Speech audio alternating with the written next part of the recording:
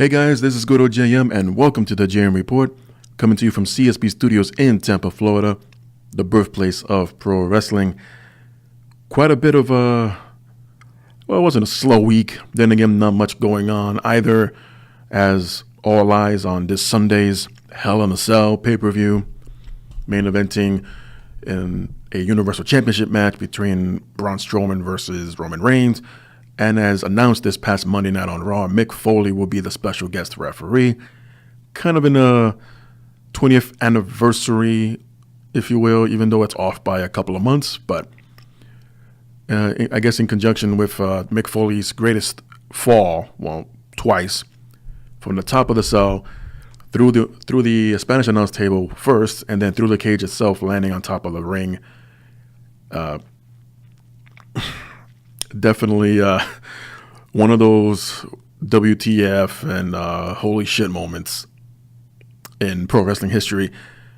Oh my goodness. How old was I? I was probably still in high school or just getting out of high school, but like many others, my jaw dropped and gasped for air. And thought that this guy, especially after the second fall, like this guy, he's so severely injured that I'm no doctor, and I claim that all the time. I was hoping and praying he wouldn't have internal injuries that would be his doom later on. Thankfully, it wasn't. And man.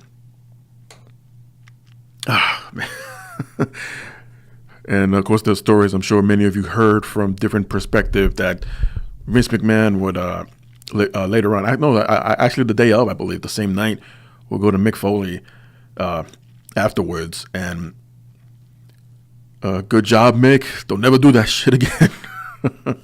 I'm sure it was more colorful than that, but the way Mick described it in countless interviews, shoot interviews in his book.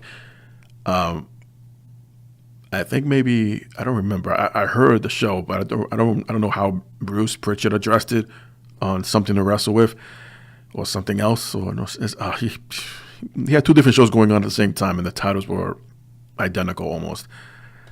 But anyway, yeah, Hell in a Cell is this Sunday night, and well, as you know, this was the week of go home shows for SmackDown and Raw, respectively, and just a quick rundown of what took place leading into Sunday, because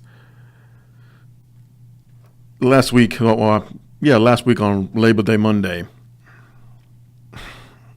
it's still being discussed, although it's faded down since then, but the whole point of the Shield getting arrested and then going before a judge and then being released on a federal holiday. And they try to justify this day being WWE on Twitter, like, oh, you know, to call in a favor or whatever, blah, blah. No. I mean, hypothetically speaking, you call in the one judge that say maybe didn't want to be on a 3-day weekend getaway. You know, think about that. I mean, I don't know too many judges or even lawyers for that matter. Personally, I've dealt with them before. But, you know, they're human beings too. And anyone that sees, hey, there's a 3-day weekend coming up, I'm gone. But I digress. And giving the writers or creative or whatever of the night the benefit of the doubt. And like, like nobody listens to these details or pays attention. Oh no, those a huge group on Twitter calling out WWE for their bullshit. Like, are you serious? But it is what it is, and it's not the first time that they ignored or just blatantly disregarded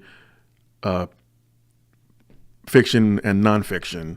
Where in the real world, and obviously we're not dealing with the real world. I get that. But a lot of people, including myself, will want to keep kayfabe alive. But I'm getting way too off track here. So let's just recount the events of this past Monday's Monday Night Raw, of course. And I'm going to try to get into the flow of things here where I'm throwing in more details as far as locations and venues and all that. So Monday Night Raw for September 10th took place in New Orleans, Louisiana's Smoothie King Center. It's amazing. Growing up, none of these corporations wouldn't dare touch these arenas or stadiums, but hey, money talks, I guess. So the show opens up with the Shield confronting Strowman and Dolph Ziggler and Drew McIntyre, all leading to a brawl, of course. And just talking a lot of trash, talking a lot of, hey, I'm going to get to you. But, of course, this all involved the previous week's entourage, if you will, with the addition of AOP. And by the way, they're called AOP. They're no longer the Authors of Pain. AOP, because McMahon apparently hates long names, especially last names, because they'll cut it right off. So it was almost a copy and paste situation here, where the heels are in the ring, and yes, Strowman is now officially a heel, talking all this shite. Out comes the Shield with their music through the crowd, and they get a pretty good jump on the rest of the guys, but I believe it was Ambrose who brought a duffel bag, and inside looked to be at first a quick glance Kindle sticks. No, they look crooked. The shapes of the sticks were crooked. Okay, definitely weren't baseball bats if that's the case. So what the hell were they? And then I think it was Rollins who got a hold of one of them and just turned it enough for the camera's view and see like, oh, and I called it before the announcers that those are freaking axe handles. Axe handles minus the edgy, pointy, could cut you open axe part of it. So that's what they used to beat down and I guess sword off the rest of the heels away, including Mojo Rawley. There were so many faces here I didn't realize until they had close-up shots and maybe one wide angle to realize, one, how many were there and who were there. And among them were Elias and Drew Gulak. And so the Shield basically beats up everybody with these axe handles, and they all skirmish. And, this is not over. I'll see you later kind of thing. And then in the opening match, Nikki Bella defeated Ruby Riott in it was better than the previous week's match in that tag match where Brie was just a fish out of water trying to stay in the ring kind of thing, or at times trying to get out the ring, but there were forces against her. There were, I guess, in this case, were the ring ropes. And it's like, no, keep it in the ring. You're not a high flyer. You're not your husband, and you shouldn't be leaving your feet. But in all honesty, between her and Maurice, who maybe a few months ago, early in the year, gave birth and got back into enough ring shape to just, I guess, to keep up, let alone have a decent match. But to get in there and hit the ropes and run around here and there and do some dives, maybe not as high as they should be, but more Nikki and Brie than anyone. And I think Maurice might want to pick up her repertoire a little bit, but she's a heel and essentially doesn't really have to. She has nothing to prove being in the ring other than just what female heel managers would do, and just be annoying, obnoxious, and just want to, I guess, in Brie Bella's case, just choke her out. Punch her in the face. Big Show then was introduced on stage as we are in the month of Connor's Cure, and introduced the Superstars of Tomorrow, where basically all these young kids, not all of them, but unfortunately some of them are going through tough times right now. Certain illnesses, and one in particular, cancer. And of course, this being the month of Connor's Cure, everyone, I encourage those who can. I know this tough time right now, especially in the Carolinas dealing with Hurricane Florence, to maybe might want to donate or reach out to Connor's Cure and see what you can do to help in some ways. And if I haven't said it before, I'll say it here and now that when Connor was first introduced, it's been almost 5 years now, if you can believe it. And the biggest Daniel Bryan fan, and timing, I guess. If it worked out originally as it was supposed to be for WrestleMania 30, and Bryan has since then come out and exposed the truth because Triple H, Vince, and Stephanie all deny this. But the original plan was to have Daniel Bryan take on Sheamus, and that's it. Of course, this was the year where CM Punk walked out after the Royal Rumble earlier, and pretty much threw a whole monkey wrench in the programming and the plans for WrestleMania 30 that year. And Bryan, point being, Bryan was nowhere near the picture. And as time went on, whether it's the timing or coincidence, call it whatever you want, Connor was then introduced to the world basically through WWE TV, and I guess it suited better. And at the time, who else was, storyline wise on television, who else was suitable to take on the Authority? And Bryan, just coming off that Y Family skit for a while, that little tiny run he had, he broke away from that, and he was still viewed by many as the guy, regardless of what WWE's point of view was. They didn't want to keep him or even make him the top guy. So Punk leaves, plans were changed, and Bryan eventually got into the main event, defeating Triple H in the opening match, and would defeat Batista and Randy Orton for the world's title, and celebrated with Connor. And that was very touching. And so it was from that moment, and then the video tribute package that they showed on Raw after Connor died was really, really well put together. And I'll say it right here that it hit home. It really got me. I wasn't the only one choked up and teared up. One of the rare few moments, especially in recent time, that WWE can do that, bring out the emotions on anyone. Even though if I don't think they showed the reactions of the fans that night when the video was showed on the Titantron, the reaction of the audience, like they normally do. They'll cut away from the match just to get a reaction from a superplex or a high impact move, and they cut away from the match. It's still going on, probably, but they just need to get reactions from the audience. The one time they didn't do that here, but whatever. Anyway, Connor's cure is ongoing as we speak for the rest of the month, so anyone that may and can, please donate. As I mentioned, AOP now is no longer referred to as the Authors of Pain, but Old Spuds, or, well, what is his name now? I'm always mixing the two, Maverick Spud One thing I'll point out, when he debuted the week before as their new talking piece, and he came out in full riot gear or tactical gear as the other two AOP members,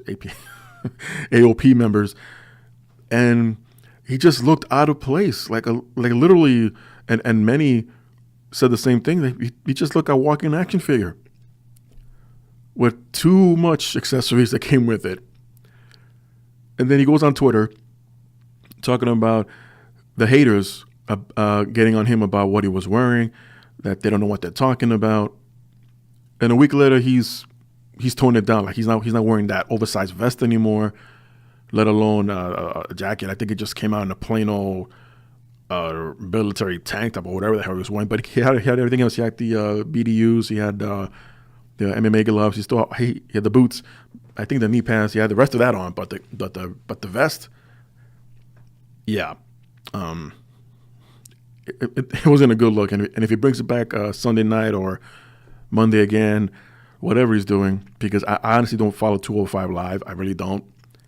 It hasn't been, not since the Cruiserweight Classic. It's just been downhill, and I'm glad they have their own shows to shine and everything. But if you don't have the network, much less even follow them on social media, then they're not getting that much exposure, is what I'm saying, compared to Raw and SmackDown, or even pay-per-views for that matter. But it is what it is. But AOP had a squash match here with two local guys, Ronnie Ace and Nathan Bradley, which honestly Had I not looked up these names, I don't know who they were. I can't remember the JoJo announcing them. But then again, I watch mostly Raw on mute because I just can't stand the commentary of Cole. I never did, dating back since '99. So yeah, I'm still holding on that. But no, I was going to talk about this later with a little bit more detail. But I'm glad to see. Finally, I don't know how long it's been to have an official female commentator replacing Jonathan Coachman in this case after 2 weeks, and now she's full time. They released a statement, WWE did, saying that she's the first ever female. I don't think so. I mean, they had previous commentators before, whether it was a short run or just a trial to see.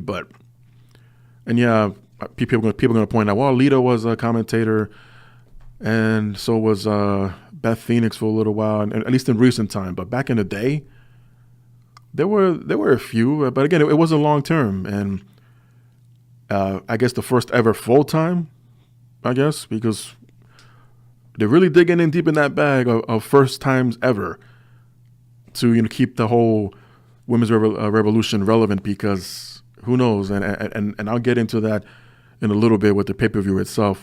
Apparently there was a bit of a hiccup, which I want to correct here in a little while. But kudos and congratulations go out to Renee Young for being the first ever full-time commentator, in this case Monday Night Raw. Triple H addressed then The Undertaker about our next last ever, since the last time ever match for the Super Showdown in Australia next month. And since for the past couple of weeks, there have been previous superstars, Hall of Famers, and legends chiming in on their predictions, from DDP to Booker T. And they're really going out to make this a big deal of a match. And as expected, Triple H, I'm like, I'm going to bury you, this metaphorically.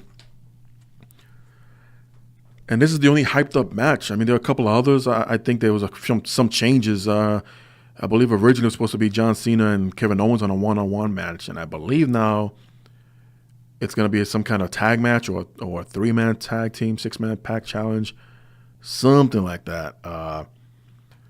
See if I can look it up. I can't speak to the guys. I'll see if I can look it up. But definitely the Super Showdown on October 6th, I believe, at 5 a.m. 5 a.m. Eastern. Who in their right mind is going to stay up for that, let alone wake up for it? I'll think I'll wait for the on-demand portion and watch it from there. So, yeah, here we go. As it stands right now, of course, mentioned Undertaker versus Triple H. The Shield now, again, talk about changes, will be in a six-man tag versus Braun Strowman, Dolph Ziggler, and Drew McIntyre, the new Raw Tag Team Champions. AJ Styles will defend his WWE Championship against Samoa Joe. Ronda Rousey and the Bella Twins will take on the entire Riot Squad. Charlotte Flair will defend a title against Becky Lynch. And here it is. John Cena will team up with Bobby Lashley to take on Kevin Owens and Elias. A rematch between Daniel Bryan and The Miz will take place. The SmackDown Tag Team Champions, The New Day, will take on The Bar. Asuka and Naomi will take on The Iconics. Cruiserweight Champion Cedric Alexander will take on Buddy Murphy. And WWE's biggest stars come out to Australia for the WWE Super Showdown on October 6th. Well, they always say cards subject to change. Well, they don't always say that. You got to read the fine print on every flyer or promotional ads.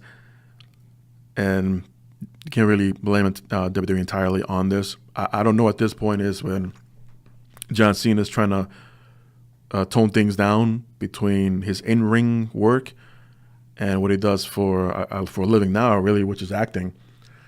So, I mean, good for him. I know people still, some of the haters are still out there like, well, he's trying to be Rock 2.0 or whatever. Like, well, other guys have been trying to do what The Rock's been doing. I think the closest one to success is Batista, which I'll get to in a minute as well. But when it comes to making money and the money that these guys are making, whether it's six figures or more, well, maybe it's time to step up your game. I'm fine with it either way. It doesn't change my life, how I live it, how I prefer certain things to be. Hey, I'm doing this for a living, and I'm probably like a tiny little tadpole in the huge ocean, which is their world. Whether it's Dwayne Johnson, Batista, whomever, and could at least appreciate me as a fan, which I'm not complaining. I'm just saying because of my passion for so many years. But I wouldn't be one of those people that would complain about, hey, you're no good at this. You can't improve on that. Why are you still doing this? Well, I've moved on, and I think others should as well. Man, I'm just getting on these sidetracked tirades. I apologize for that. I mean, under normal circumstances, I think I'll be more animated and colorful, but I just choose not to do that, especially in my surroundings. I just prefer not to do that, in case you ever wondered.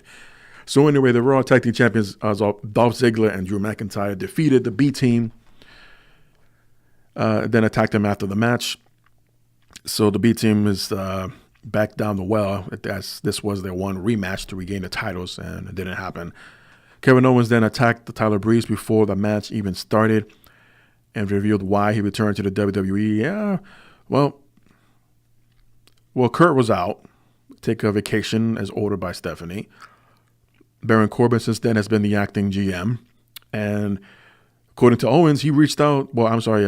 According to Owens, Baron Corbin reached out to Owens and basically begged him to come back.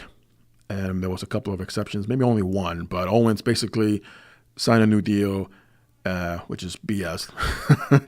But the new deal is basically he can do whatever he wants, and he will not be held responsible for his actions, which is interesting considering had they have plans or if ideas have not changed in the desperation to get people behind Roman Reigns, and at the same time continue the rivalry between Strowman and Kevin Owens. Beat the crap out of him and deny him the Universal title shot. But things can always change on the fly, which they did, and especially after SummerSlam. So sometimes it works, sometimes it doesn't.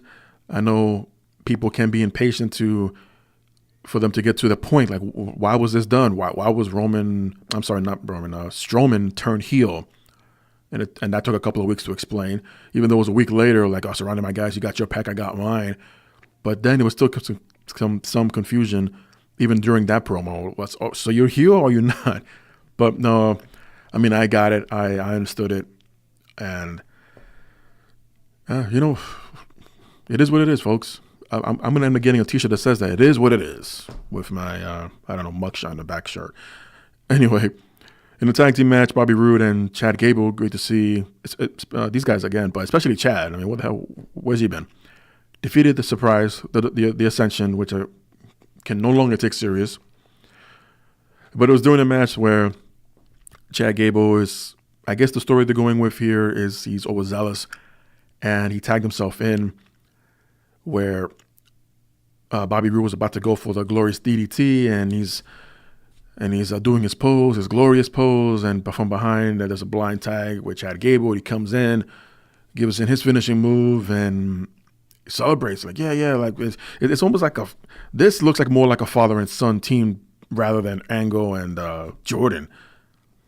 And you see Bobby Roode just staring at him like a little child having the time of his life in the candy store because he's so happy to be there. And in this case, Chad Gable's so happy that they won the match. Roode just looking at him, was like, okay, yeah, okay, yeah, we won, good job. But he's not looking at him just yet. Not looking at him like, you little creep. You stole my thunder. You stole my moment because you couldn't help yourself. Raw Women's Champion Ronda Rousey and Natalya defeated Alexa Bliss and Mickie James.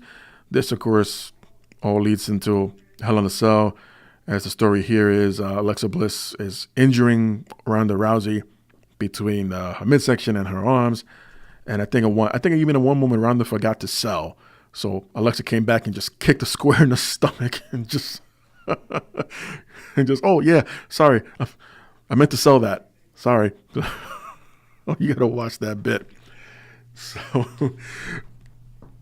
then it was the expected return of Mick Foley after he interrupts Elias for another single man concert.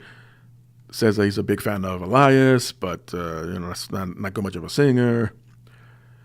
And they brought up the 20th anniversary acknowledgement, like I mentioned at the top of the program, about the Hell in a Cell match between himself and The Undertaker back at King of the Ring 98. If you haven't seen this match, what are you doing? Well, wait till I'm done here and then go watch it. So Foley just explains his career-changing moment and what he's been up to ever since, writing books and doing a little bit of acting here and there, which he has. And out of nowhere, and honestly, I didn't expect this. Many haven't. He just reveals to Elias and to the world that he will be, in fact, the special guest referee for the Roman Reigns-Braun Strowman match at Hell in a Cell. Interesting. Very. And it's not even the Hell in a Cell match. It's just a straight-up ordinary match for the title. Of course, this is going to have the rest of the Shield members in question, as well as the Raw Tag Team Champions of Ziggler and McIntyre. How exactly will they be influenced into the match? I'm pretty sure there works some kind of stipulation beforehand. Everybody's banned from ringside or whatever. Anyone interferes, the champion loses the title or some case. Or Shield, if you interfere, Roman will drop the belt on a DQ. If Strowman guys interfere, this is your one and only title shot, which it is anyway if you think about it, because he's cashing in his Money in the Bank here. So even if he wins, usually Money in the Bank cash-ins don't get rematched, especially if they lose. Look at Damian Sandow. He never got his. I don't think he was ever in a title match ever again ever since. And then basically, final match of the night, we saw Finn Balor defeat Elias, who was already at ringside, so why not? Stick around. You're going to get your ass beat, because this was the one and only match that Mick Foley himself was able to put together as a favor from Stephanie to return here and be not even a one-night GM. It was like maybe for the next 20 minutes you're the GM. Just book a match. But Finn Balor came over with the win. But the very last segment, literally the very last segment, it was already 11 p.m., maybe 11:01 on my clock. And Raw was basically on its overtime. Strowman comes back out to the ring, cuts another promo, coming for you, Roman, where are you? Get these hands. The music plays. Strowman's looking around, doesn't see him. Finally, Roman appears, and they have a big brawl on the rampway. They make their way up onto the stage. They throw each other into the Titantron. Well, not the Titantron, the LED lights underneath the Titantron. And I'm guessing at this point that the commentators have much more extended cable connections to their headsets now, because normally when they're just a few feet away from the table, their headphones come ripping off themselves and basically cut off from the air. But you still hear the sounds coming from the headsets when wrestlers are fighting on top of the table. But no, they kept talking. So they found a way to keep them on air, especially Cole, even when they're nowhere near the table. Anyway, so Roman basically sets up Strowman over his shoulders on top of the announce table to basically do a Samoan drop onto the floor through this breakaway board. And that's how they close the match. Well, not the match, but the segment. Ron, oh my goodness, these names so sound alike. Roman Reigns would then somehow get back to his feet, grabs his Universal title and raises it over his head, and that's how they go off the air.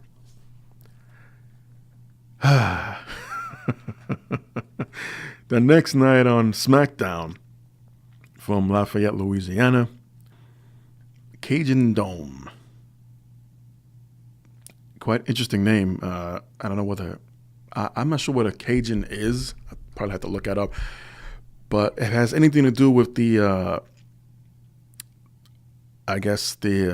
vocabulary of one Gambit from the X-Men, and also being held in Louisiana, then okay, I can see the purpose of the name. But as far as Cajun itself, I have no idea what that is. But anyway, SmackDown on September 11th opened up with a very a very nice tribute to the victims, families, and friends of those lost during the horrible 9/11 attacks all the way back in 2001. I mean, I'll probably have one day have a show in dedication to that. But just a quick share story here. I wasn't there, but I was living in New York at that point in time, and I was attending the Borough of Manhattan Community College, which was a couple of blocks away. And I did have classes that morning, but I just wasn't, that morning, I woke up. My usual time was probably around 6:30 for me to be there around 9:30 when my classes started, and take a train ride, which was just over an hour long to get there from Queens to Manhattan. But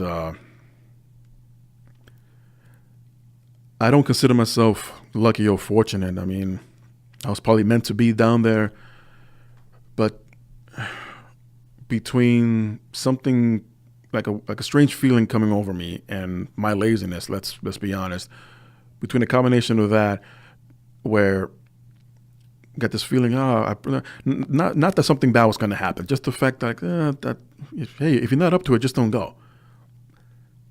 And that's when my laziness kicked in and kind of dozed off.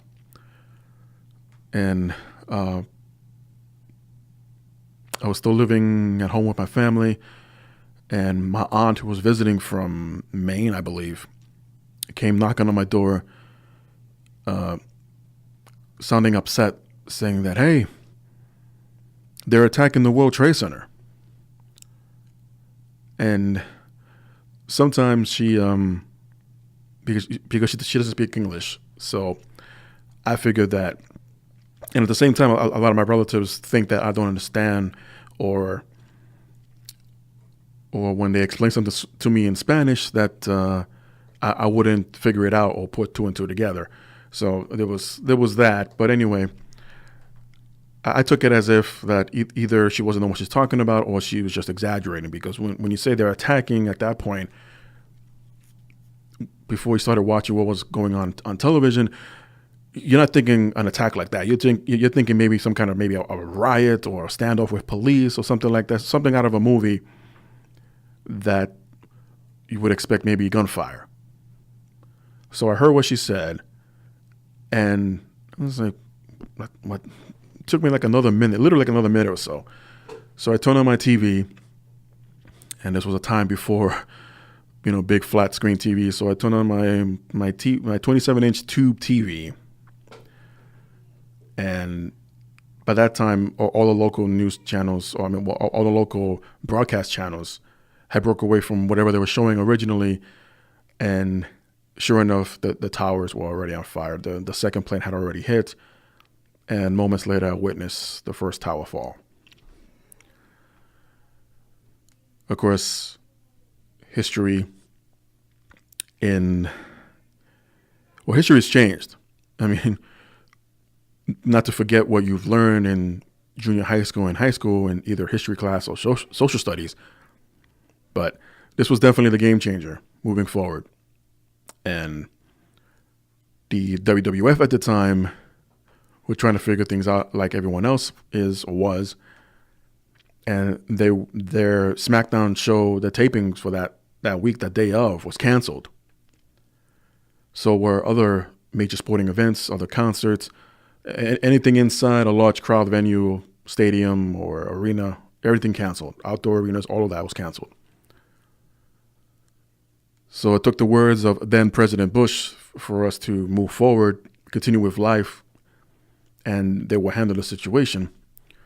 So Vince McMahon, basically, in his promo of September 13th, that Thursday in Houston, Texas, they did do a live SmackDown, but I think it was more live locally, because even though some TV Guide channel in New York at the time, I think it was Time Warner Cable that I had, was advertising SmackDown, but it didn't show it because I think they were still on WWOR, Channel 9, but they continued to broadcast about ongoing events with the aftermath of 9/11. So I never got to see that show until many, many years later in its entirety. And I'll never forget the emotional, passionate speech that Vince McMahon gave. I'll never forget the even more emotional national anthem that Lillian Garcia gave. She gave it her all. I mean, she does all every time, every night, not only with WWE, but in other sporting events as well. And she definitely has the voice and talent for it. But her amazing courage to keep composure just long enough to get through the song and then break down, because she was already choking up and getting teared up towards the end there. And that was another moment that got me. So kudos to WWE for homing in on my sensitive side there. And many others were as well. Definitely a night never to forget. But we were all affected by this. And every year, the week of 9/11, whether it lands on a Raw or SmackDown or even a pay-per-view, all respect goes to WWE for still acknowledging this. And I'm not saying no one else does, but there are times where there's just a brief acknowledgement, maybe a graph or something, and the show goes on. But they actually took time at the beginning of SmackDown this week to acknowledge the victims in I think it was an 11 bell salute rather than the usual 10, unless there's some significant meaning there. But obviously, besides 11, September 11th, so you give them 11 bells. But if it's nothing more than that, then I'm not aware of it. But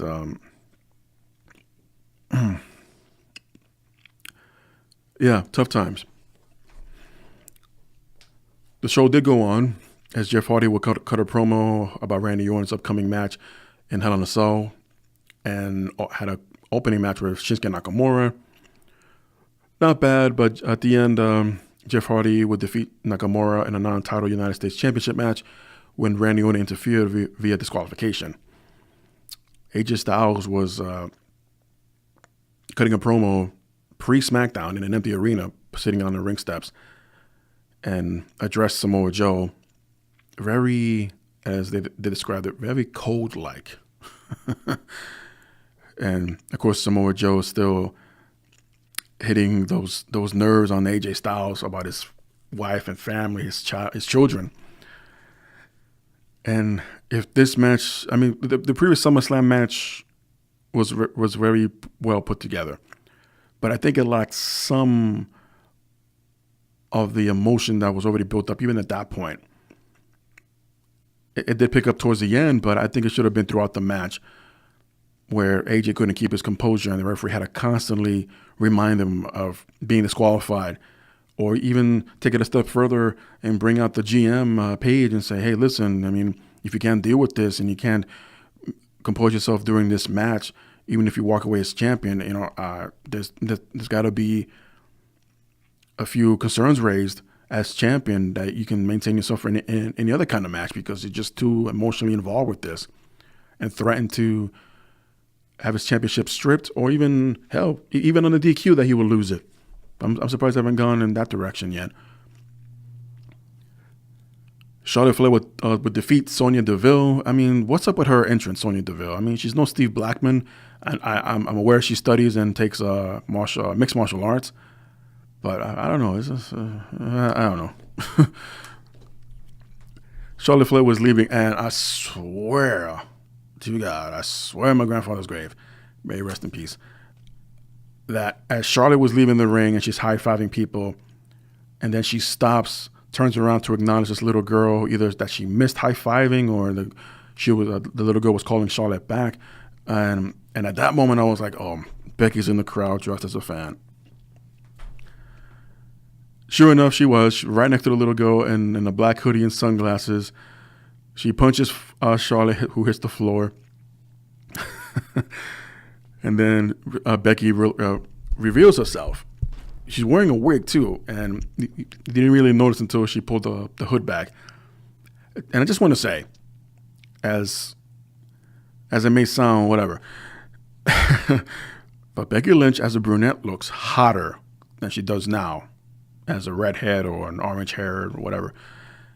Just want to point that out. So she continues to beat down Charlotte a little bit more and just walks away with this BMF walk.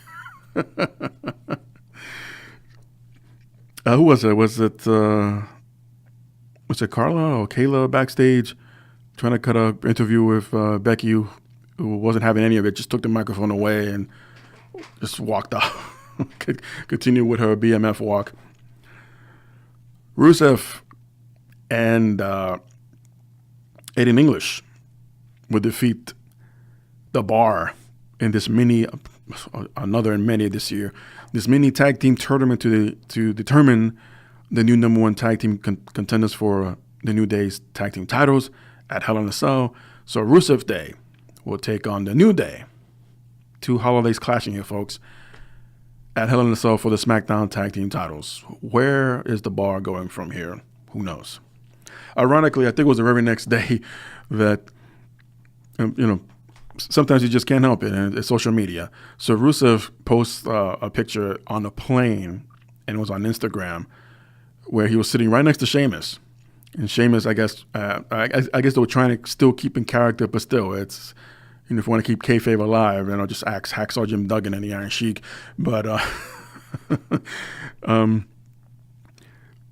least they did the best they could with the day being Rusev and Sheamus, where basically Rusev, and I'm paraphrasing here, that he's still a good sport regardless to the loss to Rusev Day, and that we're getting the tag team titles instead of the Bar. So that was pretty cool. Andrade Cien Almas would defeat R-Truth here in a co-main event, because the main event itself wasn't, what the hell was that? But it was supposed to be Brie Bella's first ever main event, I believe, on SmackDown, one-on-one with Maurice. So the Miz gets on the microphone. This match ain't happening. It's just nothing to prove, and blah, blah. So continuing on with their cowardly shtick that they don't want to get beaten up by Brie or Daniel, who was ringside. It just ended where Brie Bella put Maurice in the yes lock, and she was really wrenching back there, only for the Miz to yank Brie out of the ring, causing the disqualification. But this being the go-home show, and kind of gives or implies that the Miz may be victorious at Hell in a Cell during their mixed tag match. So Daniel and Brie got the licks in and just beat the crap out of these two, Maurice and the Miz. And that's how they went off the air. So there is now a new mode for those who are collecting these t-shirts. It's the yes mode. Get it? Because Brian does his and Brie has her. Yeah, so they put it together. So now it's yes mode.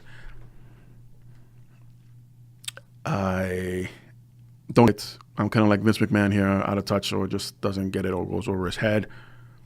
I'm not like Drax with quick reflexes and able to catch it before that happens. But, well.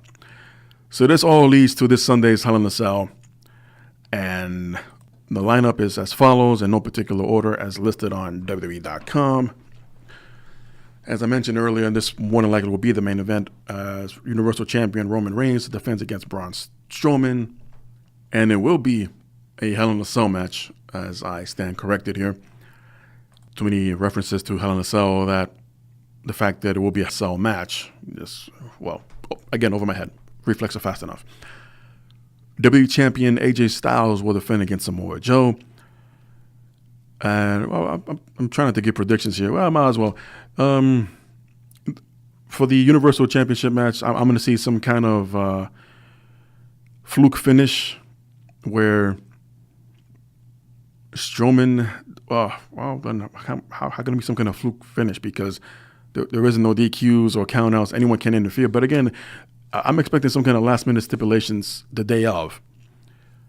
And I don't see them taking the title off Roman that fast. I mean, they went all through that shenanigans with Brock for so long, over a year, and to put the title right back on the heel champion. But then again, it could work because that could fit or fill in, I should say, a lot of voids, as Strowman could be Universal Champion at the end of this and walk around with that for a while, and once again have Roman chase after the title. But you have the conflict of just having Roman Reigns reunite with the Shield and have more fans behind him just to get those extra cheers. So it's really a toss-up. It's one of those painted in against the corner kind of thing. What are they going to do? So I can't really call this one for those facts alone and among others. But for the WWE Championship match and AJ Styles, I gotta see Samoa Joe take this, because AJ Styles will be too overwhelmed with his emotions, and that will be his downfall. Raw Women's Championship, Ronda Rousey defending against Alexa Bliss. Again, this is another situation where I don't see them taking the title off of Ronda so fast. There are still rumors of her facing Charlotte at WrestleMania for a championship, undetermined at this point, whether it will be the Raw or SmackDowns, because at this time both women are on separate brands. But I see Ronda Rousey going over here. In another Hell in a Cell match, Jeff Hardy will take on Randy Orton. I believe this is Jeff Hardy's first match inside Hell in a Cell, so I expect him to do something crazy that doesn't require him to take time off because of it. But I see Randy Orton getting over. He hasn't had, if ever since his comeback this time around, any matches on SmackDown. And Hardy's been out there basically busting his ass against Shinsuke and other guys. And all Randy Orton would do was just do run-ins and interfere. Or at times cut a promo, and that's it. I think they're saving him for this particular match, and I see Orton going over. For the SmackDown Women's Championship, this needs to be turned into a brawl. Charlotte Flair defending against Becky Lynch.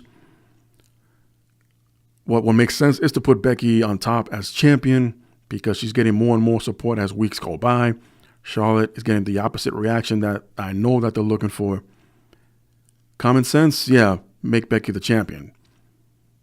But to continue this feud, I'm pretty sure that this one will more than likely will have a screwed up finish to continue having Becky protest, and that she's been screwed yet again, and we'll go on, I don't know, maybe form her own team for Survivor Series, because if you're going to go by pay-per-view logics, the Super Show Down Under more than likely won't count as lower, if you will.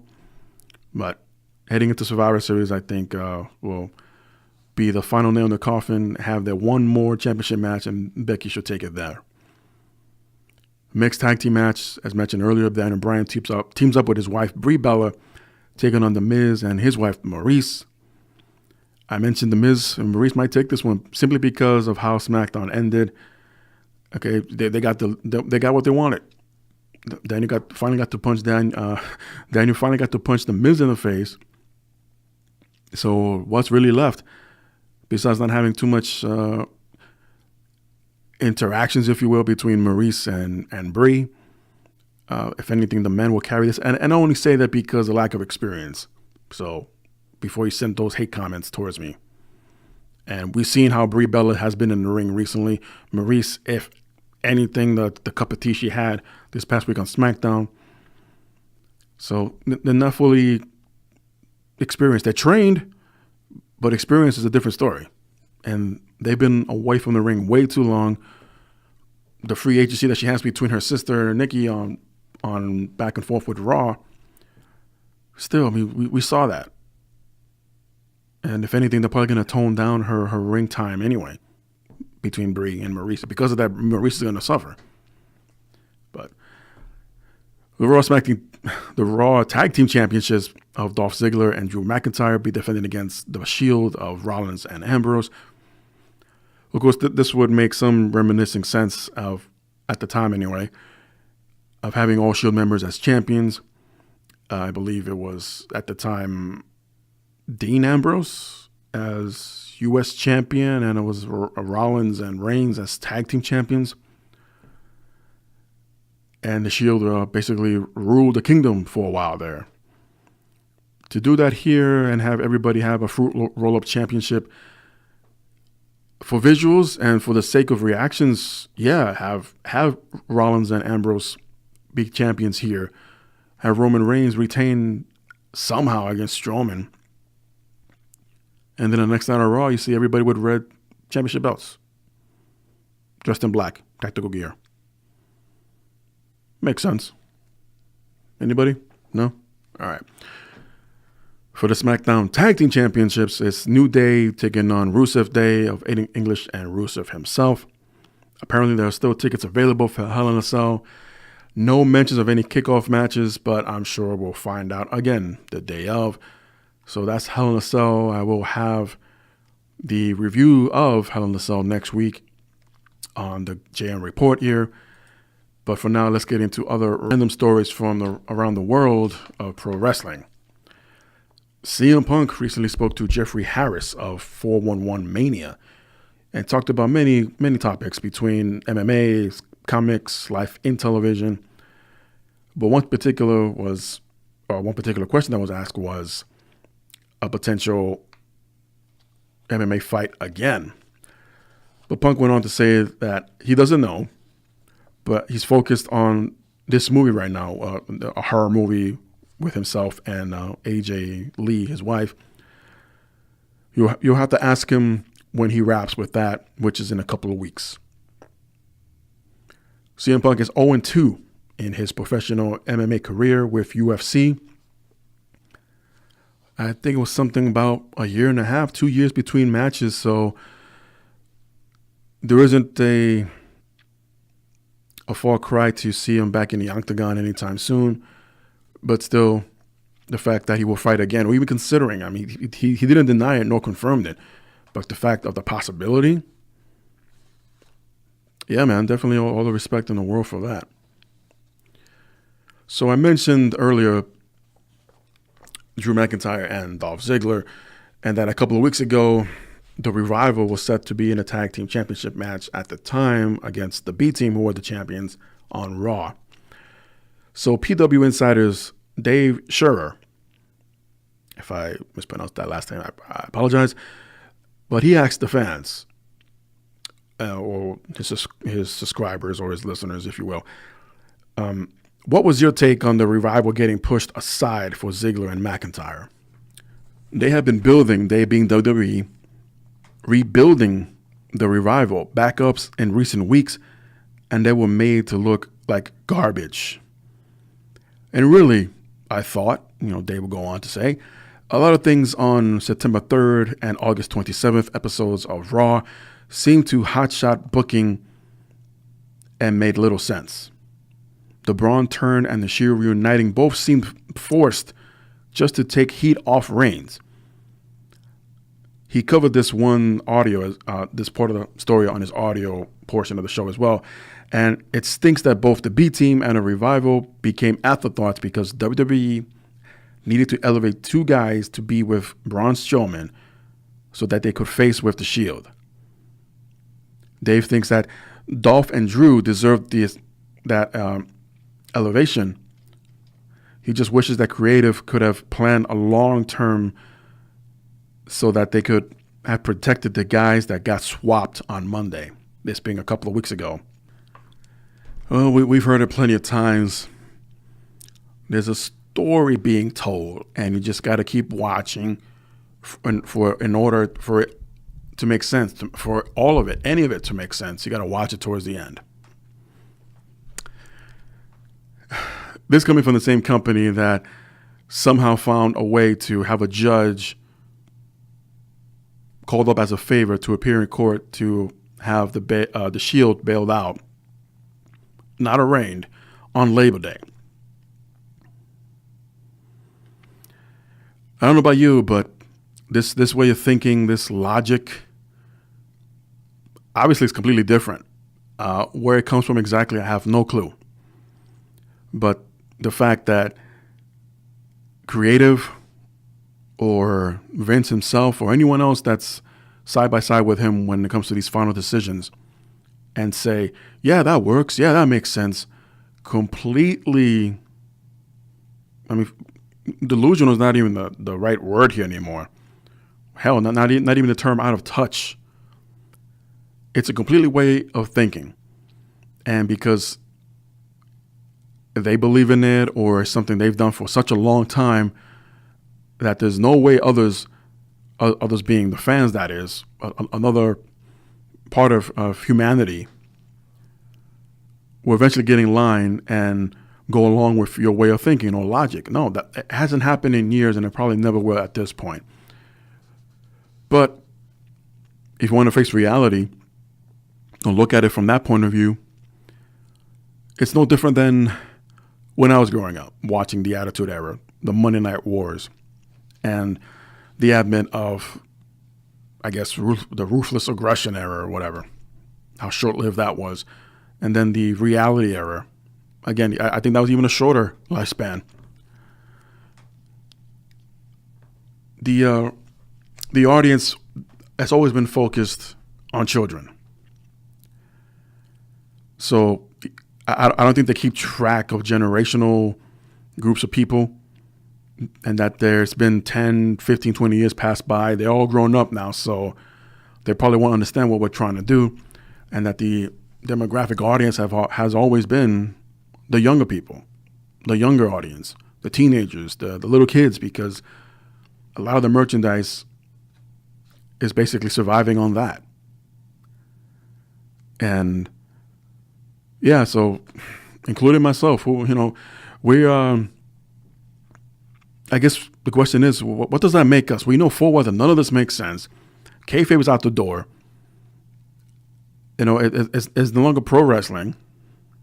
And then again, it really never was if you listen to their recent history about 20, 30 years ago, 40 years ago. But when it doesn't make sense and it makes enough noise, they'll try to justify it with another segment or another statement released that doesn't even that makes even less sense. Kind of sounds familiar, but I digress here. And because I'm aware of this, and because I'm a fan of the sport of pro wrestling, because one of your W's in WWE stands for that, I continue on to watch, not listen, but to watch what happens inside the ring. Now, I'm still fortunate to have two functioning eyes where I could read up on set, angle, or storyline in case I miss something. But I refuse to listen in on some kind of whatever combination of commentating teams they have, as much as they are completely unbearable at this point. And it sucks too because, I mentioned earlier on Renee Young's promotion, but I can't really even try to enjoy some of her work that she brings to the table, because you have guys like Cole and Corey Graves who pretty much overds. I mean, he ODs on his heel commentating stuff. Hell, there are even times where he flip-flops back and forth between a heel and a babyface commentator. If Roddy Piper, Jesse Ventura, Bobby Heenan, Mr. Perfect, all those men stuck to being a heel commentator when it makes sense, especially Jesse Ventura. I mean, he would lash at McMahon or even Monsoon, like, oh yeah, but whenever one of your favorites get away with it, it's okay. But when it's one of my guys that I get behind and support, it's the end of the world. See, things like that. I mean, Jesse Ventura, he never sounded to be an asshole. At best, maybe annoying because, like, oh, come on, McMahon. Oh, give me a break, Monsoon. But just to, like, really drill in, I mean, you made your point. Just let it go. Move on. And, of course, the majority of the time, matches are never called. And I apologize, but I know I find myself back into this over and over again. But, hey, I'm not going to ignore or pretend that what I'm feeling isn't there. I know I'm not the only one. And what can one little voice do, right? Well, right now, not much. But I know that there are alternatives to still enjoy what I watch on television on Monday nights and Tuesdays, and on occasion Sunday nights or whenever I go to the network. And yeah, I'm a subscriber to the network, obviously. And at times do find myself rewatching some of the older events dating back from the 80s up until I'll say maybe 2003, give or take.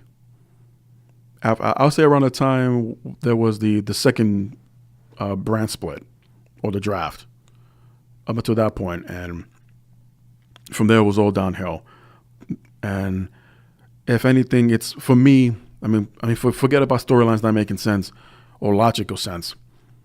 At the end of the day, you're watching a wrestling match, but the audio that comes through the TV in this case is the commentary, and they have been doing a horrible job getting the stories across without jumping into, oh, by the way, if you join them now for free subscribers, you get a free month of the WWE Network. Okay, enough. We get it. Overdoing it on promotions, overdoing on advertising, the hashtags, the social media plugins. It's too much of it. And if that's not insulting enough for the adults of the audience, you don't think the younger audience have no idea what they're doing when it comes to trying to be connected social media wise with you guys?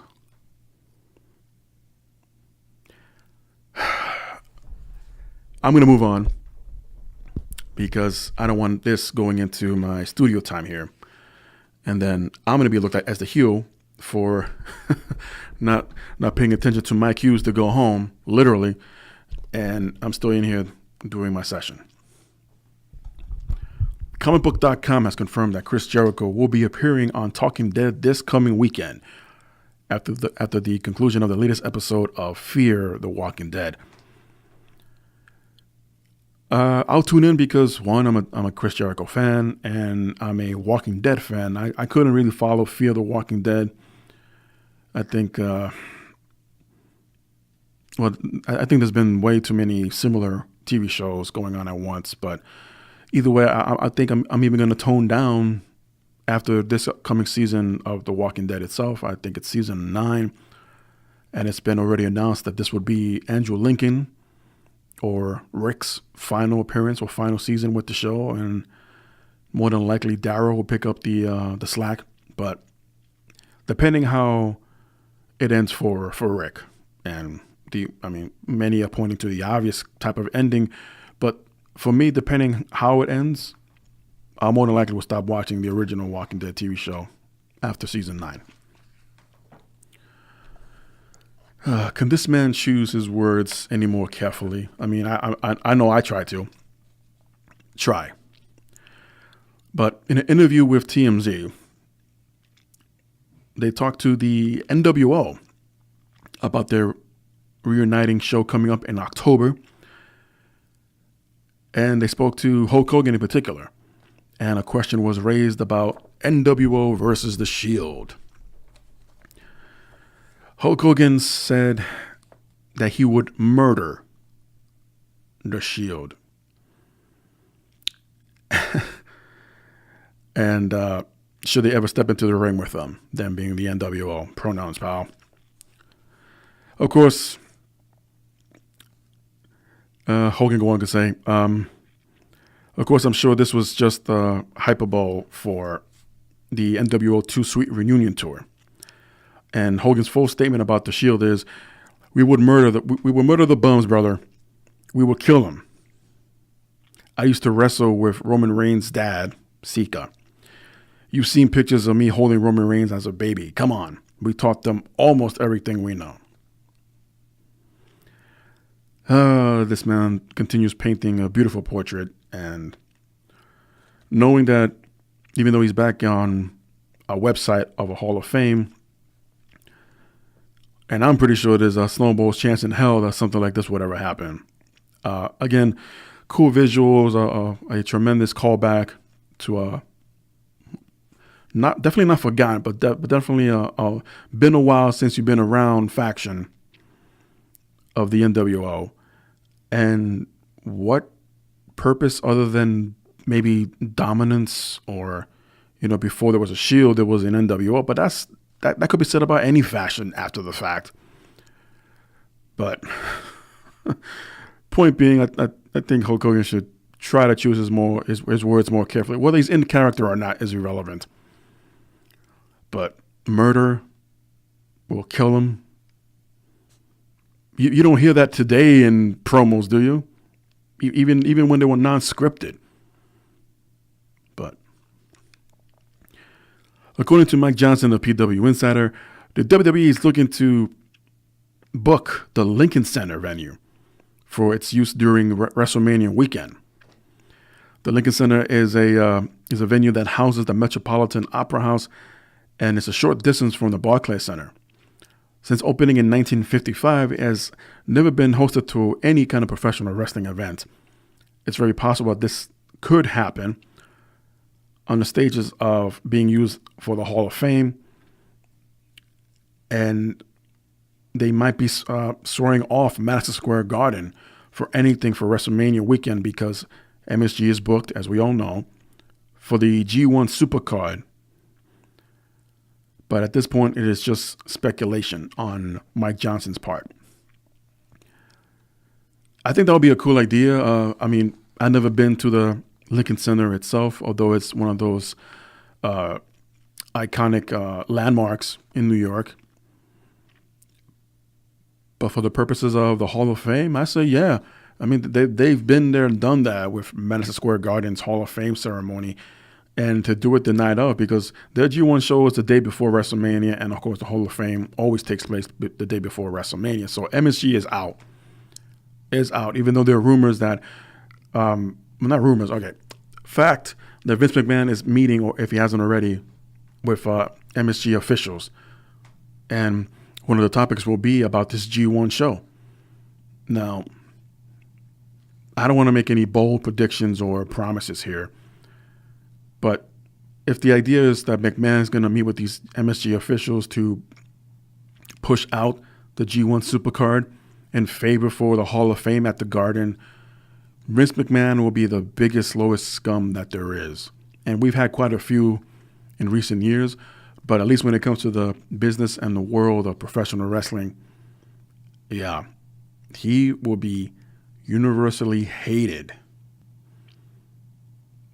Not that that's going to change any ticket sales or moving forward with his brand, but bragging rights and whatnot. I think he earned to brag about the end of the Monday Night Wars, whether he was going to be out of business or not, or close to it, depending who you talk to. But wasn't that the whole idea, to compete? And you have smaller companies competed against you, in a sense, basically playing in your backyard, a yard that you've rarely visited, if ever, the past couple of years. And when you do, it's always a smaller branded house show. And the possibility or the speculation that you want to push them out. If that doesn't spell bully against their anti-bullying campaigns, I don't know what does. But I really hope this is not the case and the center of this meeting that hasn't taken place or will take place or whatever. But once I find out, I'll bring it to you. The rematch of the spectacular NWA World Heavyweight Championship match from All In has officially signed for its rematch at the 70th anniversary show between Nick Aldis and Cody Rhodes.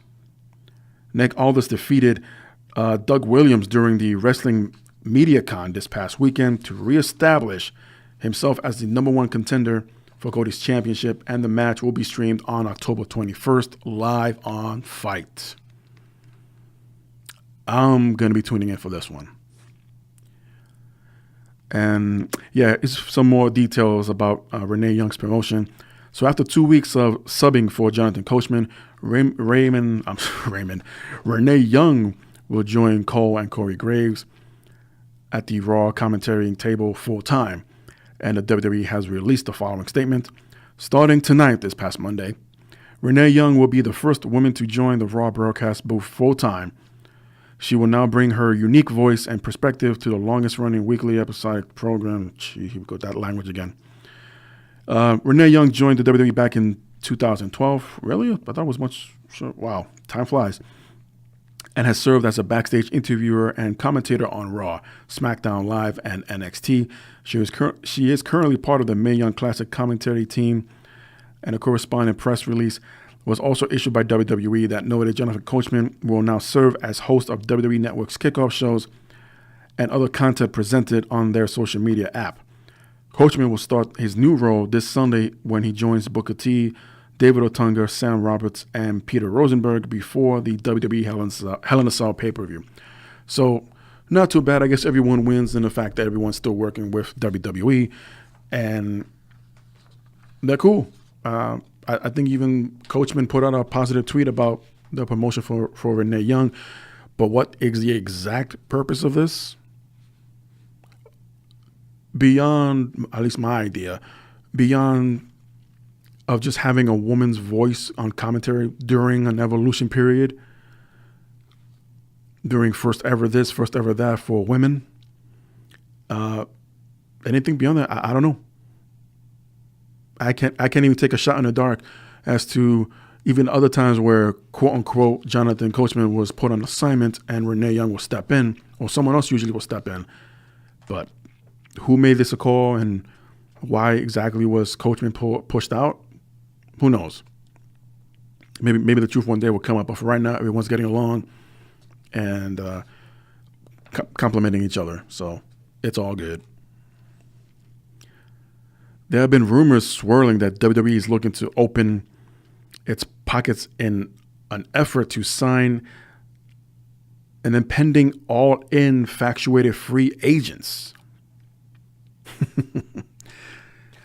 In other words, many of the competitors that participated during the All-In pay-per-view back on September 1st, many of their contracts are about to expire, some sooner than others.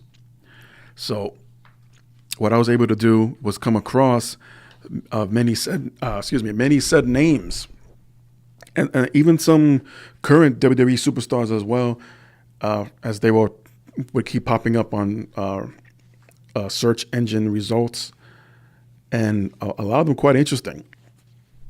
And interesting as far as, okay, they're expiring sooner than people think, and what are their plans moving forward?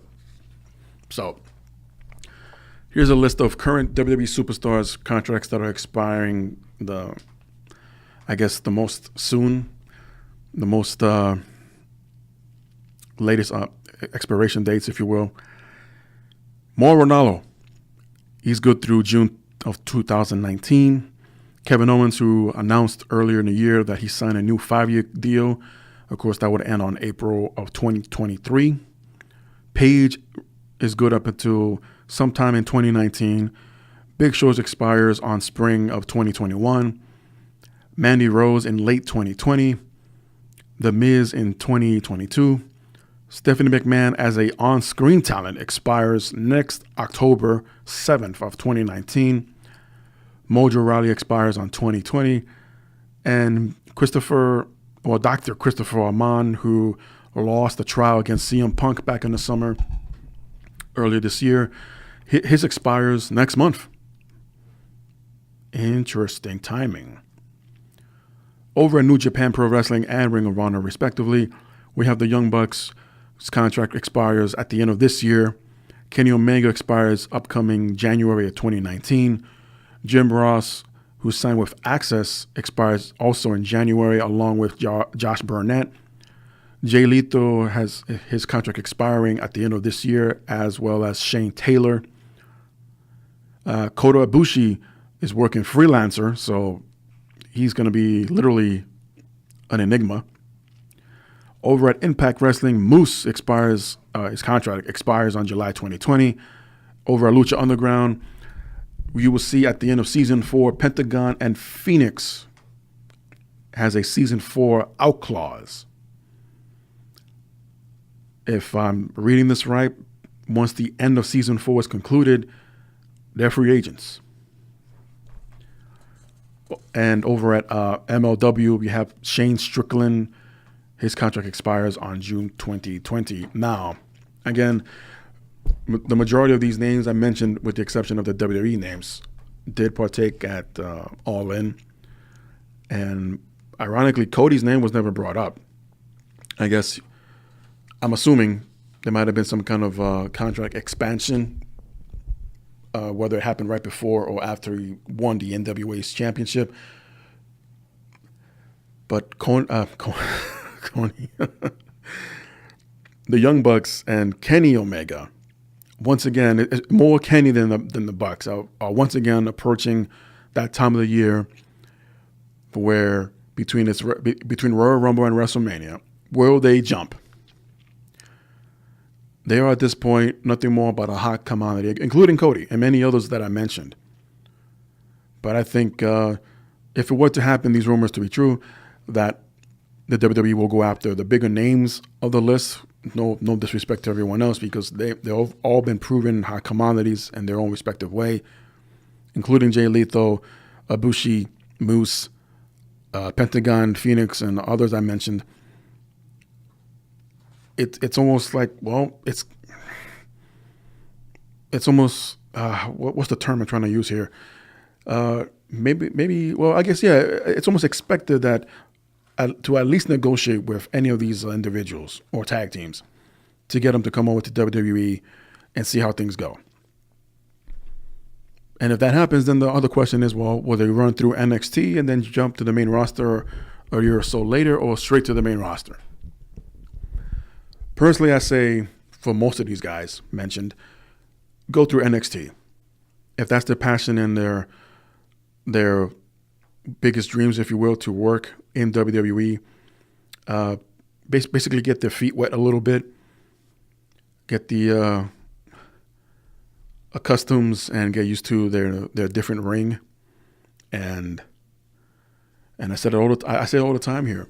Hopefully, there's the option, or at least an argument, when it comes to, hey man, Vince wants you up on Raw this Monday. You're being promoted, and have that individual say, no, you know what? I'm good here in NXT. Oh, I'm good with the money I make here. I'm closer to home, or whatever the case is, because there's a very high probability of your character being just all but dismissed once you get to the main roster. And luckily, to be sticking around. I mean, Tyler Breeze is still sticking around, but what kind of push, if anything, has he gotten lately or since then? Fandango, he was getting something of a push, but then that all faded away overnight. He put himself over. Everyone's singing along to his theme song, but even though he was a heel, Vince wasn't having that. But speaking of potential NXT superstars, or even future stars for that matter, Dwayne Johnson, The Rock, his daughter, Simone, who was about 17 or 18 years old at this point, has begun training at the WWE Performance Center on a part-time basis. The Rock had broken the news earlier this year that Simone was looking to become a professional wrestler, and it looks like that journey truly has started, where The Rock is a third-generation pro wrestler, and this will make his daughter the fourth-generation competitor with a long lineage. Let's just go with heritage. With a long heritage of greatness extending from both sides of her family. And I can't argue that, because there aren't too many fourth-generation wrestlers. And if there are, they're not in the ring. And she definitely has the height. If anyone has ever seen Simone, The Rock's daughter. So if The Rock is about 6'4", 6'5", then that will make his daughter over 6 feet tall, because she's up there neck and neck with her father. I would imagine she would still train physically. That is, like, build up her body a little more. The last few appearances I've seen of her, she's very petite, I guess is the right way to describe her. Although there are other petite female wrestlers in the world, but if the idea is to live up to very high expectations, and seeing how The Rock is now physically, and hell, even before towards the end of his WWE run, and that includes his comeback for the for the 3 WrestleManias that he did, 27, 28, and 29, he was in tremendous shape, and he still is. So I'm not saying bulk up and make it look like, I don't know, like a China or whatever, but I'm sure that was discussed. I'm sure that'll be part of a training, weightlifting training, that is. And of course, in-ring work, but as a part-timer, because I'm pretty sure she's still attending school, maybe high school, and might want to attend college as her father did. So it'll be interesting to see how this all works out, because even if she gets through the performance center, but still wants to continue her education because that's what family is expecting of her, then part-time wrestler there and full-time student here. So I would love to hear her side of the story eventually. I'm sure there will be a sit-down interview at some point, and W.com will present it on YouTube or Facebook or wherever they brought it up. Batista, as revealed on Twitter, while replying to a question from a fan about the upcoming SmackDown 1000 episode. And the fan basically asked Batista if he was going to be invited. And Batista pointed out that, surprise, surprise, I was not invited. And it's in my hometown, that being in Washington, D.C. And Batista finishes his tweet with, guess by now I shouldn't be shocked anymore. This is really sad. It really is. Batista, he's a 6-time world champion. Was one of the in the early 2000s, I guess, mid 2000s. Basically, a big deal on the SmackDown brand, and his rivalries with Edge, especially, was a lot of the focus of SmackDown for a long time. And then there was a JBL feud. For a short time there was the Eddie Guerrero feud and the Rey Mysterio feud. So Batista was involved with a lot of big names, whether he was champion or not, or chasing for the title. But for someone of his credentials not to be even considered for an invitation, I mean, they might bring it up later on because it's still, I think, a few weeks away, and it's in next month. I can't remember the exact date. But SmackDown 1000 is coming up. No plans specifically mentioned yet as far as surprises or returns of any kind, like they did with Raw 25 or even Raw 1000 a couple of years ago. But it's really unfortunate. At this point, Batista is a big deal. He's doing great in Hollywood, and it'll be. It just wouldn't make sense for WWE not to be considering. But Tommy Dreamer got wind of this, as the innovator of violence reached out and sent Batista a warm welcome to his House of Hardcore promotion, saying, "Dear Batista, you are always welcome at my House of Hardcore shows. I love you, and so do wrestling fans." Hopefully, Batista will take him up on this. Most of House of Hardcore shows for Tommy Dreamer take place in New York or in the northeastern area. So I hope, if he hasn't already, Dave Batista got wind of this tweet and takes him up on it. I really do. After nearly 2 years of engagement, Ric Flair and Fifi, or Wendy Barlow, as she's known to the world, have finally tied a knot. This took place in the North Florida at a North Florida resort. Very, very low-key ceremony. It was really kept on the wraps. Little to no, at the time of the ceremony, little to no social media coverage, because Flair and Mrs. Flair were asking for their privacy. But, like the day or so after us, when photos started appearing, videos of others that were invited, such as Dolph Ziggler, who I believe was the best man, and The Undertaker.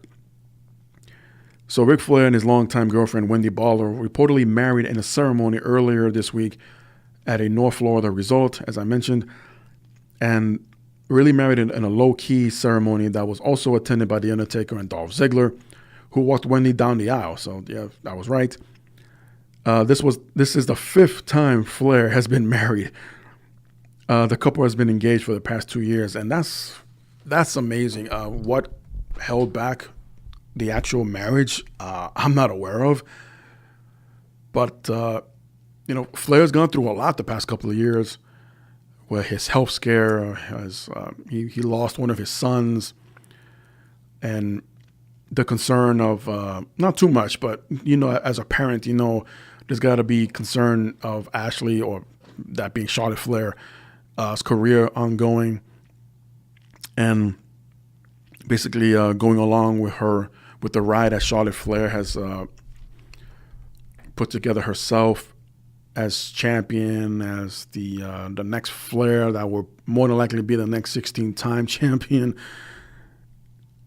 So that's a lot to bear. And if Flair? Oh, I'm not sure if Flair's still doing his podcast show. I listened to a few episodes. I don't know if he's still doing it. His Woo Nation, but I think they changed the name. And that's pretty much where I fell off the radar from that. But hey, the man's married. He's happy. After 2 years of engagement, that's a really long time. If all possible, I would like to know what held back the actual engagement, whether it's a place of location, the dates, or maybe something personal that just affected everyone, and it was just an afterthought. But at the end of the day, kudos and mazel tov to Rick and Wendy. Here's a little Impact show for all you former TNA fans. Impact Wrestling's flagship show, Bound for Glory, has officially sold out. This year's event will be held in New York City's Melrose Ballroom, and it is set to be headlined by Austin Aries taking on Johnny Impact for the World's Championship. A lot of fans like to throw criticism towards Impact, but in the last 6 months or so, they seem to have turned a corner. Looking forward, it seems, as if they're on track to go back from strength to strength. And I got to be honest, I don't follow much, especially now. This sucks. That yesterday I had my cable changed out, my cable subscriber. So now I have Spectrum, the former Bright House, and very similar to Time Warner. Actually, no, it is under the Time Warner umbrella. But anyway, so since we switched, me and my family, we lost a lot of previous channels that came with Frontier, the former Verizon, and including El Rey Network.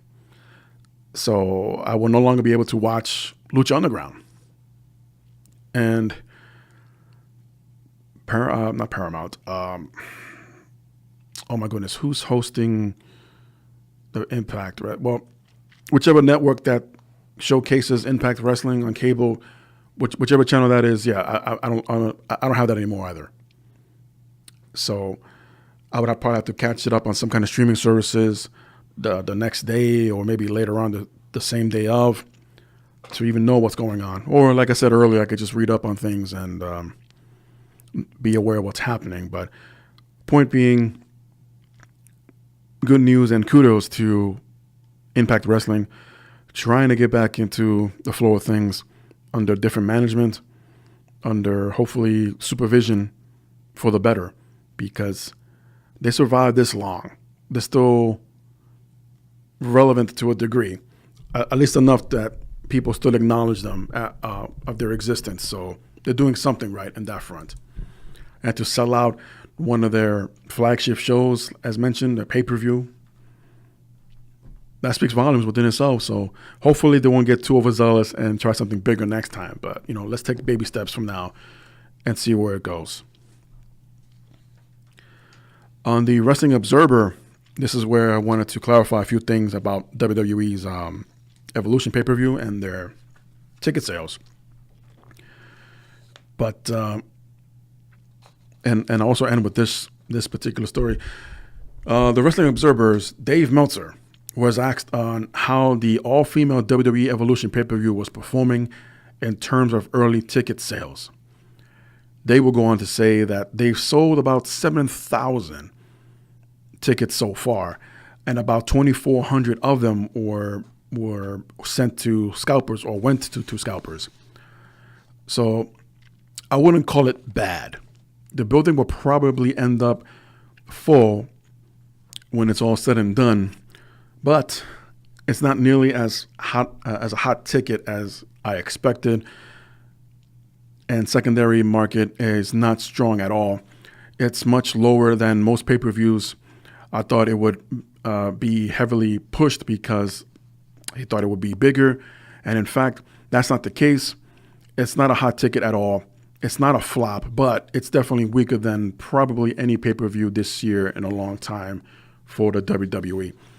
So there was also another report that the Nassau Coliseum, which could fill over 15,000 people, somewhere between 15 and 20,000. I mean, they've done renovations recently, so the number might be different from the last time I was there. But the secondary report was looking or indicating that they're WWE looking for at least a 10,000 ticket sale, 10,000 seats to be sold for Evolution. If they're standing at 7,000 more or less, like Meltzer is indicating here, and the previous report that I mentioned last week on the JM report is that ticket sales weren't doing so well. And at the time, there weren't any details when it comes to how many were sold exactly. And if they're looking for a 10,000 or more sellout seating arena, either way, it's not doing too good. It could be doing better, but right now all they really have are 3 match announcements. I think the pace will pick up definitely after Hell in a Cell. You know, they made the initial announcement after SummerSlam, and for the first couple of weeks there was that constant reminder: Evolution is coming, and everyone that cut a promo on Raw and SmackDown had to plug that in somehow, and then that went away.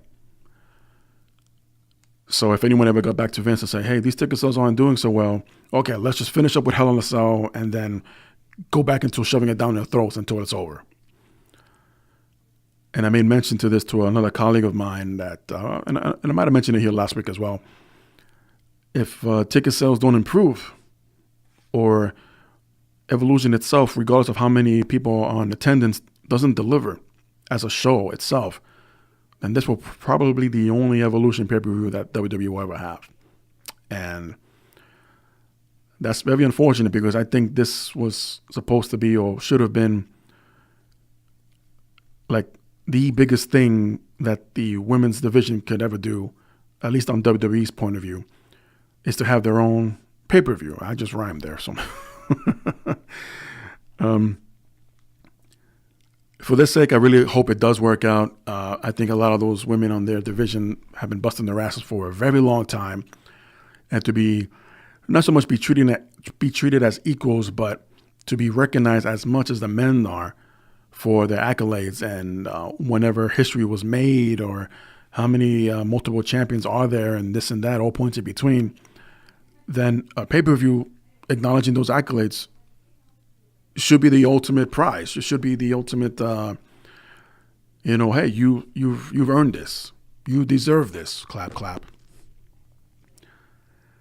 But time will tell, and all eyes focused on Hell in a Cell this Sunday night.